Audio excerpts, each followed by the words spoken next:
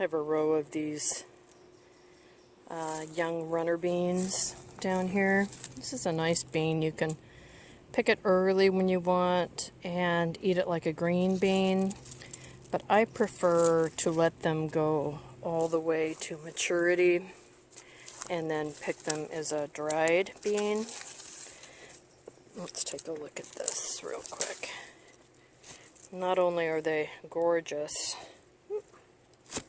right, but they have a lot of protein in them, and they're big.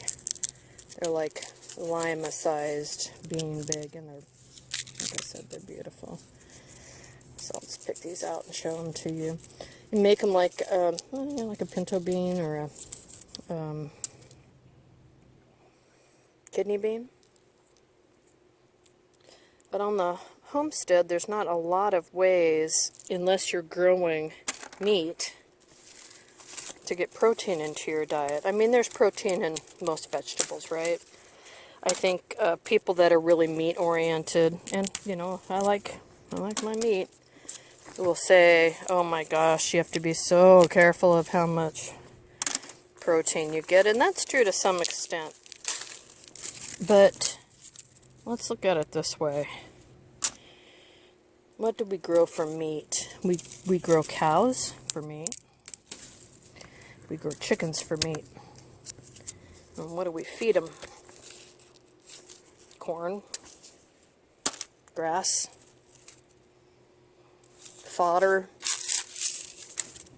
you know, whatever's around. So if we can grow a 500-pound cow from grass, then I think we could probably get enough protein to feed our own little bodies ourselves by eating more veggies. So, how much protein do you need? There's a calculator down below. Take a look at that. And think about, if you're going to be self-sustaining, how are you and your family going to get that much protein in your diet? And beans, peas, legumes, nuts, things like that are great sources of protein. But again, there's protein in most vegetables, so don't overlook those. Anyway, so I'm going to go ahead and finish picking up this row, and I've got a couple other places where I have beans. It is too early really to be picking these, but because it's been so hot, and these here obviously are in pots, they're maturing earlier than I would have liked. But no matter what, we'll pick them and we'll shell them, and we'll take a look at how much we got.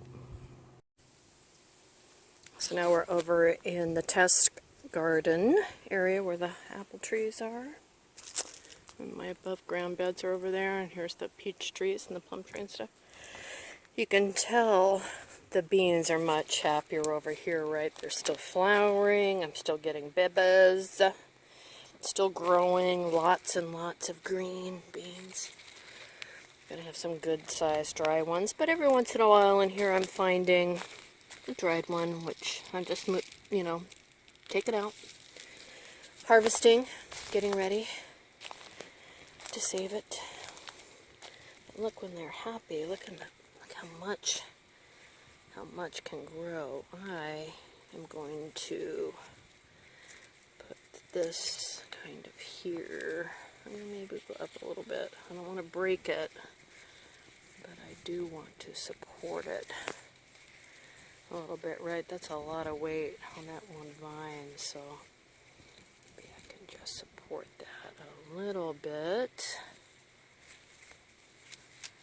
Probably need 2 hands for that. You know, I get in a hurry, and with one hand I tend to break things, but I'll just hope that doesn't happen. But yeah, quite a bit happier over here. It's still vining, so I'll go ahead and keep it. So it's in the ground, that's one thing. It's also kind of in an area that gets a lot of shade.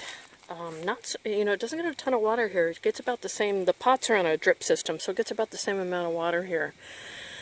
But it is definitely happier here. And I see down in this section, so we have some that are dry. So we'll go ahead and pick these off and add them into our bucket. And then I'll go show you where the last area I have that is growing these beans are, and it is the happiest yet. Oh, isn't that gorgeous? Just getting ready to ripen up enough to be picked. So beautiful. Alright, so we're over at the big garden. I planted the beans over here on a whim.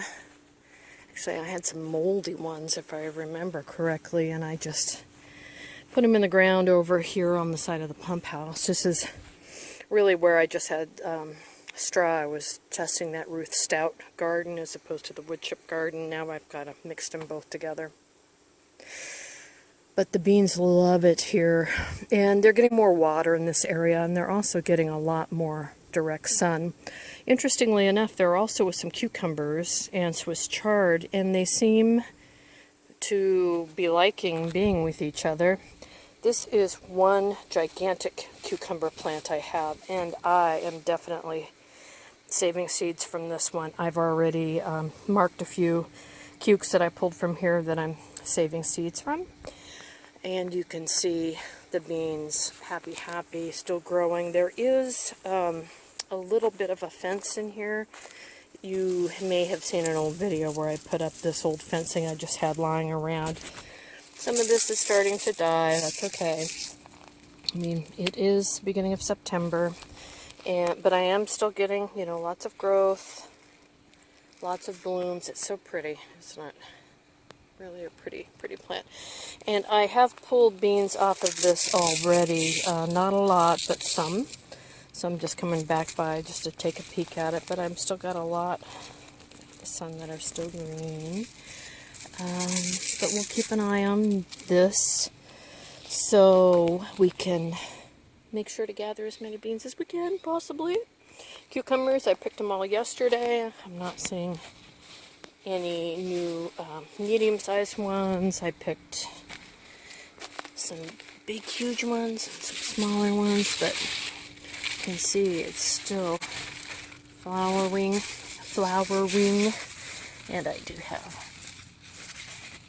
everywhere. It's growing, blooming, and lots of bees here. Strangely enough, a lot of bumblebees.